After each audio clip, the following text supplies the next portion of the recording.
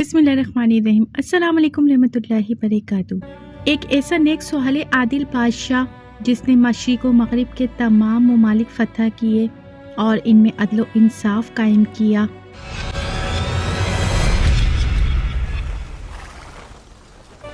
نہ تو وہ نبی تھے اور نہ فرشتہ۔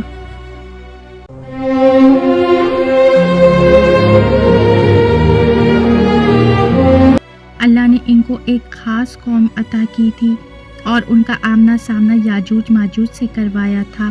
ذوالقرنین ایک پر اسرار شخصیت جن کا تعلق اللہ سے اتنا گہرا تھا کہ وہ اللہ کے حکم سے ایک پلانٹ سے دوسرے پلانٹ پر آسانی سے سفر کیا کرتے تھے۔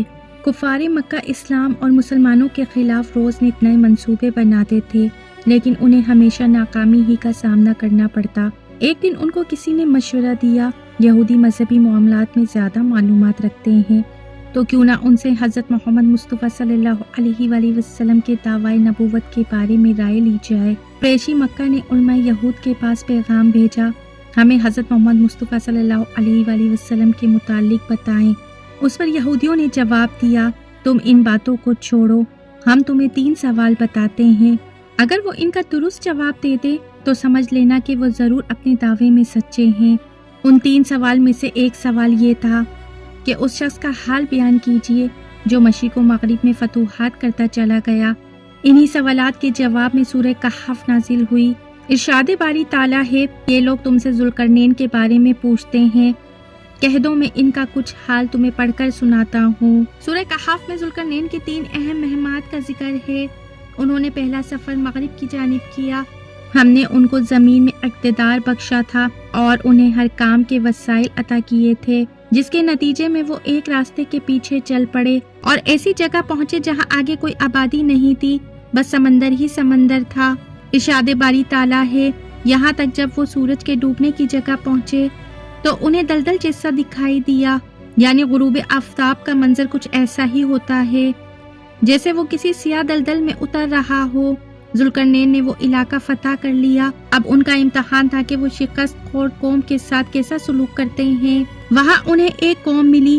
ہم نے ان سے کہا، اے ذوالقرنین، تمہارے پاس 2 راستے ہیں، یا تو ان لوگوں کو سزا دے دو یا پھر ان کے معاملے میں اچھا رویہ اختیار کرو۔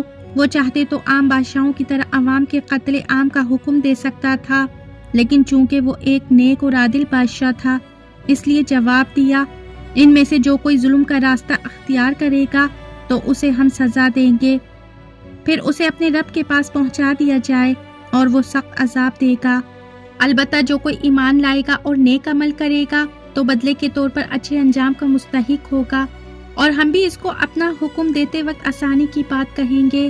بعد ازاں ذوالقرنین نے مشرق کی طرف رخ کیا، یہاں تک کہ جب وہ سورج کے طلوع ہونے کی جگہ پہنچے تو انہوں نے دیکھا کہ وہ ایک ایسی قوم پر طلوع ہو رہا ہے جسے ہم نے اس کی دھوپ سے بچنے کے لیے کوئی اوٹ مہیا نہیں کی تھی۔ یہاں وہ لوگ کھلے میدانوں میں رہنے کے عادی تھے، جس کی وجہ سے یہ سورج کی شعاعیں ان پر براہ راست پڑتی تھیں۔ اس کے بعد انہوں نے تیسری مہم کا آغاز کیا۔ یہ سفر شمال کی جانب ہوا تھا، یہاں تک کہ جب وہ 2 پہاڑوں کے درمیان پہنچے تو انہیں ان پہاڑوں سے پہلے کچھ لوگ ملے جن کے بارے میں ایسا لگتا تھا کہ وہ کوئی بات نہیں سمجھتے۔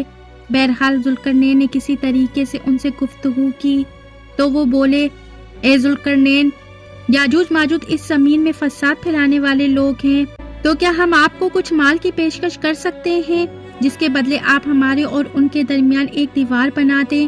اللہ تعالیٰ نے ذوالقرنین کو اپنے خزانوں سے بہت کچھ عطا کیا تھا، لہٰذا انہوں نے جواب دیا، اللہ نے مجھے جو اقتدار عطا فرمایا ہے وہی میرے لیے کافی ہے، لہٰذا تم لوگ ہاتھ اور پاؤں کی طاقت سے میری مدد کرو تو میں تمہارے اور ان کے درمیان ایک مضبوط دیوار بنا دوں گا، مجھے لوہے کی چادریں لا کر دو۔ یوں دیوار کی تعمیر کا کام شروع ہو گیا۔ جب انہوں نے درمیانی خلا کو پاٹ کر دونوں پہاڑی سروں کو ایک دوسرے سے ملا دیا تو کہا، اب آگ دہکاؤ، یہاں تک کہ جب اس دیوار کو لال انگار کر دیا جائے۔ جب اس دیوار کو لال انگارہ کر دیا تو کہا، پگھلا ہوا تانبا لاؤ، اس پر انڈیلوں گا۔ چنانچہ وہ دیوار ایسی بن گئی کہ یاجوج ماجوج نہ اس پر چڑھنے کی طاقت رکھتے اور نہ اس میں کوئی سوراخ بنا سکتے تھے۔ محترم ناظرین، جیسے کہ ان کے متعلق بہت سے قصے کہانیاں مشہور ہیں کہ کچھ کا قد 4-5 انچ ہے کان اس قدر لمبے ہیں کہ ایک اوڑھنے اور دوسرا بچھانے کے کام آتا ہے۔ اس طرح یہ بات بھی مشہور ہے کہ یہ حضرت آدم علیہ السلام کی اولاد تو ہیں مگر اماں حوا کی نہیں۔ اصل بات تو یہ ہے کہ یاجوج ماجوج بھی عام انسانوں کی طرح ہیں۔ یاجوج ماجوج سے مراد روس اور شمالی چین کے وہ قبائلی ہیں جو تاتاری، منگولی، ہن اور سنتاہینین وغیرہ کے ناموں سے مشہور ہیں اور قدیم زمانے سے مختلف علاقوں پر حملہ کرتے رہتے ہیں۔ مولانا حفظ الرحمان کے مطابق منگولیا تاتار کے دو بڑے وحشی قبائل کو ان کے پڑوسی موگ اور پوجی کہتے تھے۔ یونانیوں نے انہیں میگ یا میگاگ اور یوگاگ کہا۔ بعد ازاں یہ الفاظ عربی اور عبرانی میں یاجوج اور ماجوج ہو گئے۔ ان کا اصل وطن منگولیا اور اس کے اطراف کا علاقہ ہے جہاں سے بہت سے قبائل مہذب دنیا کی طرف نقل مکانی کرتے رہے اور انہوں نے نئے نئے نام پائے، جبکہ یاجوج ماجوج کا نام صرف اجٹ اور وحشی قبائل کے لیے مخصوص ہو گیا جو اب بھی اس علاقے میں رہتے ہیں، جسے ذوالقرنین نے دیوار کے ذریعے باقی دنیا سے الگ تھلگ کیا تھا۔ ذوالقرنین کی تعمیر کردہ دیوار کہاں ہے؟ یہ دیوار شمال میں بنائی گئی تھی، لیکن مسئلہ یہ ہے کہ ان علاقوں میں ابھی تک کئی ایسی دیواریں سامنے آ چکی ہیں جو بیرونی حملہ آوروں سے بچاؤ کے لیے بنائی گئی تھیں۔ سب سے مشہور دیوار چین ہے مگر وہ لوہے اور تانبے کی نہیں ہے۔ دوسری دیوار بخارا اور ترمس کے قریب دربند میں ہے جو تیمور لنگ کے دور میں بھی موجود تھی کیونکہ اس زمانے کے ایک اندلیسی قاصد نے اپنے سفر نامے میں اس کا ذکر کیا ہے۔ تیسری دیوار داغستان میں ہے، یہ بھی دربند اور باب الابواب کے نام سے مشہور ہے۔ چوتھی دیوار اسی باب الابواب کے کچھ فاصلے پر کوہ کاف میں ہے۔ عباسی بادشاہ واسق باللہ نے ایک رات خواب میں دیکھا کہ سد ذوالقرنین ٹوٹ گئی ہے۔ اس نے تحقیق کے لیے جو وفد بھیجا وہ بھی اسی دیوار کو دیکھنے آیا۔ اس شخص نے یہ بھی بتایا کہ وہ دیوار لوہے اور پگھلے ہوئے تانبے سے بنائی گئی ہے۔ جب ذوالقرنین دیوار کی تعمیر سے فارغ ہوئے تو بولے، یہ میرے رب کی رحمت ہے کہ اسی نے ایسی دیوار بنانے کی توفیق عطا فرمائی۔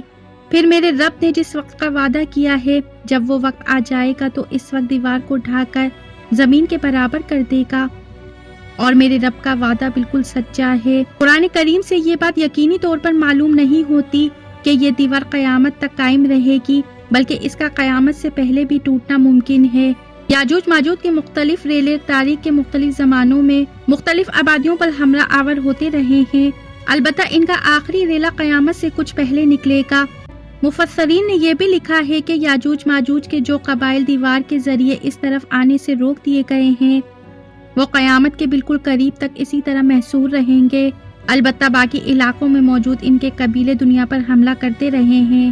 اللہ کا حکم ہوگا تو دیوار زمین کے برابر ہو جائے گی اور وحشی یاجوج ماجوج دنیا پر ٹوٹ پڑیں گے۔ ان کے آخری ہلے کے بارے میں ارشاد باری تعالیٰ ہے، یہاں تک کہ جب یاجوج ماجوج کو کھول دیا جائے گا اور وہ ہر بلندی سے پھسلتے ہوئے نظر آئیں گے۔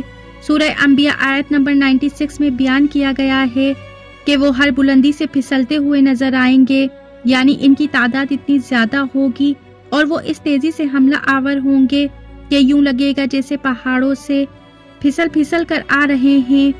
حضرت عیسیٰ علیہ السلام بہت سے مسلمانوں کو لے کر کوہ طور پر پناہ گزین ہو جائیں گے اور باقی لوگ بھی محفوظ مقامات میں بند ہو کر اپنی جانیں بچائیں گے۔ پھر حضرت عیسیٰ علیہ السلام کی دعا سے یاجوج ماجوج ایک وبائی مرض میں مبتلا ہو کر مر جائیں گے۔ محترم ناظرین، اللہ تعالیٰ سے دعا ہے کہ اللہ تعالیٰ ہمیں بھی یاجوج ماجوج کے فتنوں سے محفوظ رکھے، آمین ثم آمین۔